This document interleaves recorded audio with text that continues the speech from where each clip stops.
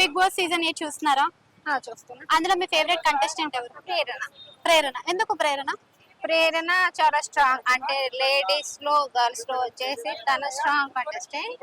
And ఏంటంటే మొన్న వచ్చి లాస్ట్ వీక్ లో దోశ వేసే దగ్గర అమ్మాయి నాగమణి కంట ప్లేట్ లో దోశ వేస్తే అంటే ప్రేరణ కూడా నోరు జారుతుంది అని అంటున్నారు కదా, మరి అట్లా నోరు జారడం వల్ల గేమ్ కి ఎఫెక్ట్ కాదా? విష్ణుప్రియ ఏంటండి, ప్రేరణ అలా నోరు జారడం వల్ల మరి గేమ్ కి ఏం ఎఫెక్ట్ కాదా?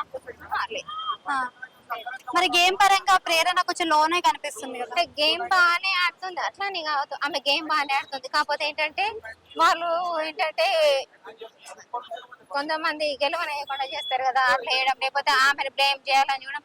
విష్ణుప్రియ అండ్ నాగమణి కంట ఆమె బ్లేమ్ చేయడానికి దోశ విషయంలో వస్తే ఆమెను ఏమన్నారంటే నాగమణి కంట ఆ ప్లేట్ లో వేస్తే విష్ణుప్రియ తీసుకొని వెళ్ళింది, మళ్ళీ పక్కన వెళ్ళి ఏడ్చి దాన్ని మొస్టి వేసినట్టు ప్లేస్ లో వేస్తుంది అని చెప్పింది కదా. అది నాగార్జున క్లిప్ లో చూపిస్తే తప్పెవరిది అంటే నా దగ్గర నువ్వు యాటిట్యూడ్ చూపించొద్దు అని అన్నాడు. యాటిట్యూడ్ చూపించొద్దు అంటే నేనేమన్నా ఎవరికైనా చెప్పుకోపో. విష్ణుప్రియ ఎలా ఆడుతుంది మరి? విష్ణుప్రియ కూడా స్ట్రాంగ్ కంటెస్టెంట్, తను కూడా చాలా బాగా ఆడుతుంది. ఓకే. అండ్ నాగమణి కంటే సింపతి గెయిన్ చేయడానికి ట్రై చేస్తుంది.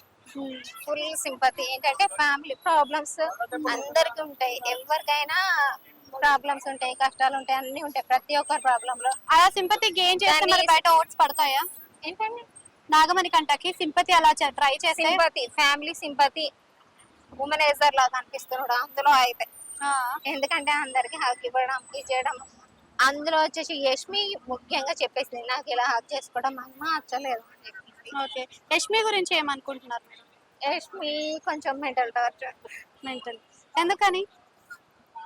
ఆమె దేనికైనా అతిగా రియాక్ట్ అవ్వడం. నిన్న యష్మికి ఇంకా మన సోనియాకి గొడవ అయింది కదా, ఇద్దరు ఎవరు కరెక్ట్ అనుకుంటున్నారు? నాగమణి కంటకి యష్మికి, సోనియాకి ఇంకా సోనియాకి ఇద్దరు సేమ్. అంటే నేను ఇద్దరు తప్పే. అంటే మరి ఆమె సోనియా వచ్చేసి గ్రూప్ గా చేసుకొని ఆడుతుంది. ఎవరంటే నిఖిల్ ని, ఇంకా కాకపోతే ఇంకొకరు అయితే నిఖిల్ పృథ్వీ విషయానికి వస్తే మరి నిఖిల్ పృథ్వీలో ఎవరు స్ట్రాంగ్ అనుకుంటున్నారు? నిఖిల్ స్ట్రాంగ్.